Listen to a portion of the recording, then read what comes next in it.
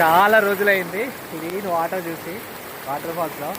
అప్పుడెప్పుడో మేఘాలయలో ఉన్నప్పుడు clean water చూసిన, దాని తర్వాత త్రిపురాలో కానీ మిజోరంలో కానీ వాటర్ చూసినా కానీ ఇంత క్లీన్ వాటర్ అయితే ఇక్కడ చూడలేదు. సో మార్నింగ్ కాబట్టి ఇక్కడ స్నానం చేసేస్తా. ఇది రూట్ ఎంత 2 minutes 2 to 5 minutesలో ఇక్కడ ఉండేస్తాము.